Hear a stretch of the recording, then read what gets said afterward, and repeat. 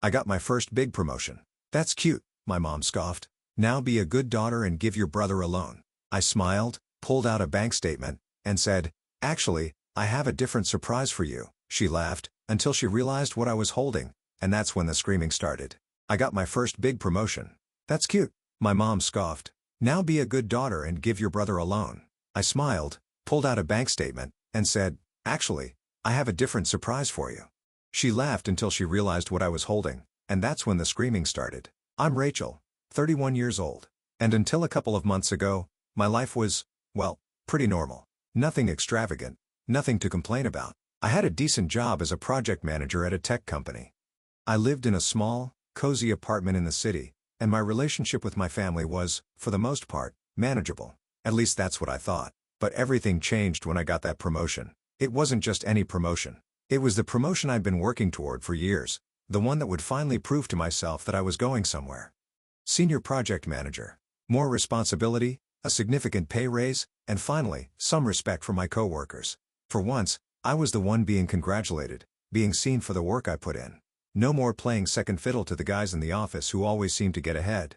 Naturally, I called my mom right away to tell her the good news.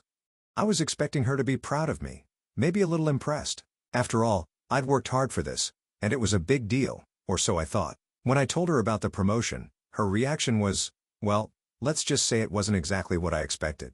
That's nice, honey, she said, her voice flat. But, you know, it's cute and all, but your brother needs some help. I blinked, confused for a second. What do you mean, Mom? Help with what? Don't play dumb, she snapped. He's been struggling with his finances. He's trying to start this new project of his, and he really could use a loan. You're doing well now, right? You should be a good daughter and help him out. Just like that, the reality of my relationship with my family came crashing down. Of course, I knew my mom was always the type to coddle Aaron, my brother. He was 29, still living at home, still trying to figure out what he wanted to do with his life. He tried his hand at a few business ventures that flopped, dropped out of college twice, and for the most part, he just seemed to coast along, never really facing the consequences of his decisions. And yet, there she was asking me to bail him out again. I couldn't believe it. Mom, I said, my voice getting a little tight, I don't think I can just lend him money. I've worked hard for this promotion. I'm still figuring out my finances. I don't have that kind of disposable income. She didn't take it well. You're being selfish, Rachel. Your brother needs you. You know he's had a rough time. He's your brother, your family. Don't you want to see him succeed? Her words hit me like a punch to the stomach. It wasn't the first time she'd said something like that. Family first, she always said. And yet, I was the one who always had to pick up the pieces after Aaron's latest failure. The one who had to prove myself constantly while he coasted by on my mom's sympathy and excuses. I wasn't going to be part of that cycle anymore. I understand, Mom, I said, trying to stay calm, but I'm not in a position to help him out right now. I have my own plans, my own goals. Her response was a scoff. Plans? Goals? You sound like your father, always so self-centered. Just because you finally managed to do something doesn't mean you should forget about your family. That stung more than I wanted to admit. My father had always been the type to push us to be independent, to not rely on handouts. He wasn't the one to bail out Aaron, and somehow, that always seemed to fall on me. I'm not forgetting about you, Mom, I said, keeping my voice steady even though I could feel the heat rising in my chest. I just don't think it's right to keep rescuing Aaron every time he messes up. Maybe it's time he faces the consequences of his choices. There was a pause on the other end of the line. I could hear her breathing, the way she was trying to process what I said. Finally, she spoke, but her tone was colder now. So you're not going to help your brother? Is that it? I'm sorry, but no, I said firmly. I can't. The silence that followed was deafening. I could feel the tension building, and then, just as I thought she might let it go, she said something that made my heart stop. Well, if you're not going to help him, I guess you're not really part of this family anymore, are you? The words cut through me like a knife.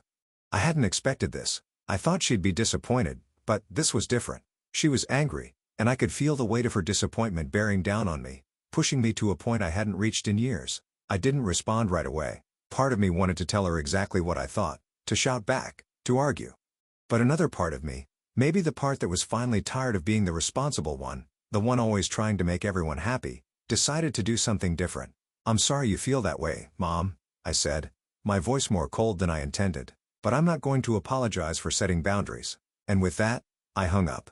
I was furious. I had just gotten the best news of my career, and my mom turned it into another one of her guilt trips, trying to pressure me into fixing Aaron's problems. But I wasn't going to let it go. I had something planned, something I'd been considering for a while. I wasn't just going to let my mom walk all over me anymore. No more being the obedient daughter who always did what was expected. It was time for a change, but I wasn't going to tell her right away. No, I wanted to make sure she understood what was happening before I dropped the bombshell. The next day, I called my bank. I wasn't sure what I was going to do with the information, but I knew I needed leverage. I needed to be prepared for what was coming next, and when I hung up with the bank, I had a plan. A few days later, I went over to my mom's house for our usual Sunday dinner. I'd been dreading it, honestly. My mom had barely spoken to me since that phone call, and I could tell she was still holding on to her anger. But I also knew that this was the perfect opportunity. It had been building up in me for years, this sense of unfairness, and now I was about to do something about it. When I walked into her house, everything looked the same. Her spotless kitchen, the family photos lining the walls, the faint smell of garlic and herbs from whatever she was cooking. The usual setup.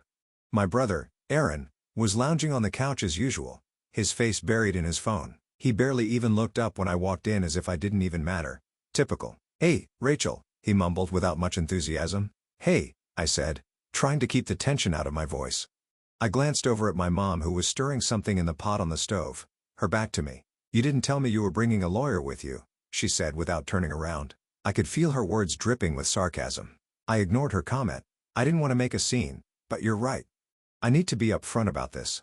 I took a deep breath, setting my purse down on the table next to me, trying to gather myself. This was it, the moment that was going to change everything. "Well, I guess we need to talk about Aaron," I began. My voice calm but firm. She whipped around, the look on her face already defensive. "What about him? I know you're upset about the money, but I think it's time to have a real conversation about how we've been handling things," I said. She scoffed. "What do you mean? I've already told you. Your brother needs help."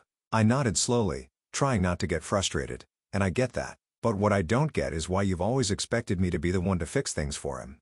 "Because you're capable, Rachel," she shot back. "You have a good job. You're the one who made something of yourself. Your brother is struggling, and you're turning your back on him." I could feel my patience starting to wear thin. "It's not that simple, Mom. You've been covering for him for years, and it's not helping him. You think he's going to change if I keep giving him money or bailing him out? He needs to stand on his own 2 feet. My mom crossed her arms, the same stubborn look on her face that I knew all too well. "You sound just like your father, always thinking you know better." I didn't let her words shake me. Maybe it's because I do know better. I've been working hard for years, and now I'm finally in a position where I can do something for myself. I can't keep enabling Aaron just because it's easier for you. She took a step forward, her face reddening. "You don't get it, Rachel. I don't need you to lecture me. I'm your mother. I'm the one who's always been there for you, and this is how you repay me." I looked at her, my heart sinking in my chest. This wasn't about me. It was about her. About her expectations, her need to control everything. "I'm not repaying you, Mom. I'm just trying to set boundaries. I'm trying to finally live my life the way I want to without being dragged down by guilt and responsibility for someone who can't get their act together." There was a long silence. The tension in the room was palpable. Aaron didn't say a word, still glued to his phone, not even looking up. My mom was seething, but she didn't speak. That's when I did it. I reached into my bag and pulled out the bank statement, the one I'd been carrying with me for days. My hand shook slightly as I unfolded it, holding it up in front of her. She looked at it for a moment, confusion clouding her expression. "What's this?" she asked a little too casually. I smiled, though it wasn't a happy smile. It was the smile of someone who had been pushed to their limit. "I think you'll find it's an account balance," I said. "A balance that, if you're interested, would allow me to make some very interesting decisions." Her face twisted in confusion and then recognition hit her. I could see her eyes flicker to the numbers on the statement and the shock slowly spread across her face. "I don't understand," she said, her voice lowering. "What are you saying?" "I'm saying that I'm done," I said, my voice steady but full of weight. "I'm done being the one who fixes everything. I'm done being the obedient daughter who does everything you ask, even when it's not fair to me. I've been working hard, and now it's time for me to take control of my life. It's time for me to stop letting you manipulate me into taking care of your problems." I could see her processing the words, her mouth opening and closing as she tried to find a response. Her face flushed with a mix of anger and disbelief. "You know? You can't be serious," she said quietly, almost as though she couldn't believe what she was hearing. You wouldn't turn your back on your family." I held my ground. "I'm not turning my back on anyone, Mom.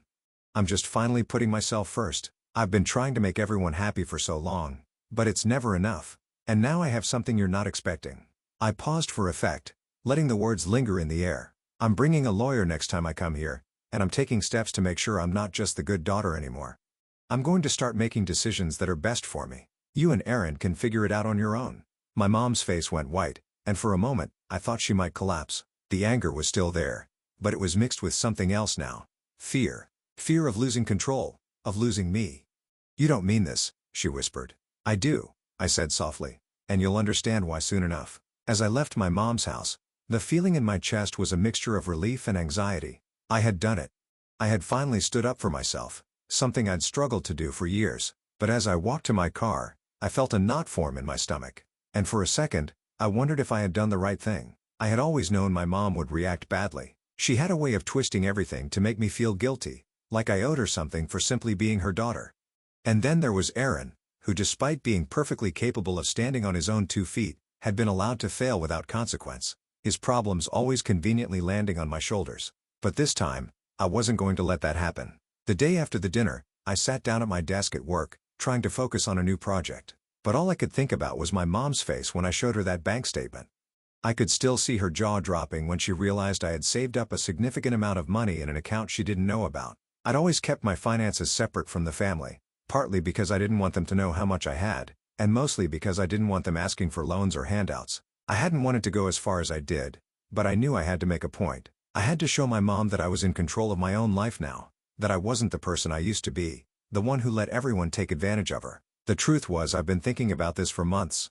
The idea of showing my mom I was financially independent and taking control of my own destiny had been building slowly, like a fuse burning down to an inevitable explosion. But it wasn't just the promotion or the money. It was the years of resentment that had built up. The countless times my mom had undermined me, and the way Aaron was constantly excused from the consequences of his failures. That night, after I left my mom's house, I spent the next few hours processing everything. I didn't regret what I had done, but I couldn't shake the uneasy feeling that something was about to explode. I hadn't heard from my mom, but I knew it was only a matter of time. The call came the next day. I saw her name flash up on my phone, and my stomach dropped. Rachel. My mom's voice was strained, almost pleading. We need to talk. I know, Mom, I said, trying to sound calm, but I could feel the heat rising in my chest again. What do you want to talk about? Why did you do that? Why did you bring that up? She asked, her voice breaking. You knew it would hurt me. You knew it would drive a wedge between us. I took a deep breath. I didn't do it to hurt you, Mom. I did it to make a point. For once, I'm not going to let you or Aaron manipulate me into doing things I don't want to do. You keep asking me to bail him out, to fix his mistakes. But when do I get to focus on my own life? When do I get to have my success without you trying to turn it into a way to fix your problems? There was silence on the other end of the line for a long moment, and when she spoke again, her voice was low, like she was trying to hold back tears. I've always done what was best for you, Rachel. I've always tried to protect you. I thought you'd understand that. I understand that, Mom, I said, my voice softening a little. But I don't need to be protected anymore. I've been protecting myself, and I've been taking care of myself while you've been doing everything for Aaron. It's not fair to me. I need you to see that. There was another long pause. Finally, my mom spoke, her voice quieter now. I don't know what to say, Rachel. I just wanted what's best for you. But if this is how you feel, I'll respect it. I don't want to lose you. I could hear the sincerity in her voice, and it almost made me feel guilty. But deep down, I knew I was doing the right thing. I'm not going anywhere, Mom, I said, trying to calm her down. But things have to change. I need to live my life for me, and I can't keep being the person you expect me to be. I know, she said softly, almost as if she was resigned to it. I just don't know how to let go. You don't have to let go, Mom, but you do need to trust that I can make my own decisions. It's time for us both to start living our own lives, and that means not using me as your safety net anymore. The conversation ended awkwardly, and I hung up, feeling a mix of relief and sadness. My mom hadn't reacted as badly as I feared, but I knew things wouldn't be the same for a while. It was a shift, a hard one, but I was ready for it. A few weeks later, my mom reached out again. This time, it wasn't to argue. She was calmer and she even acknowledged that she understood why I had done what I did. I guess I didn't realize how much I was leaning on you, Rachel, she said.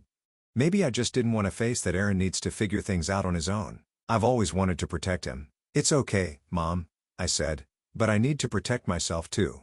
You've raised me to be strong. Now it's time to live that strength. So here's the situation right now. Things have been pretty rocky between me and my mom ever since the dinner. We've talked a few times since, but it's clear there's still some unresolved tension. She keeps saying she understands, but I can tell she's hurt. She's trying to make things right, but it feels like it's all coming from a place of guilt rather than real understanding. My brother, Aaron, hasn't really said much to me since I showed up with that bank statement. He's still doing his usual routine, acting like nothing changed. I'm pretty sure he's angry, but he's not the type to confront me directly. He just keeps avoiding the issue, which honestly only makes things worse. As for me, I feel conflicted. I know I did what I needed to do for myself, but there are moments when I feel like I might have taken it too far. My mom's been reaching out more frequently, asking if we can meet up and talk things through. Part of me wants to go, but I'm not sure if I should. I've been holding my ground, but now I'm second-guessing if I was too harsh, if there's a better way I could have handled it. I've been thinking a lot about this, and I'm just not sure. So, I'm wondering, am I the a-hole here? Should I have gone about this differently? I'd really appreciate hearing other opinions because I'm starting to question whether I was right to make things so uncomfortable for everyone, even though I know I needed to stand up for myself. What do you guys think? If you enjoyed this video, don't forget to like and subscribe for more content. Let us know your thoughts in the comments. Do you agree with the choices made in this story, or do you think there's a better way to handle family drama?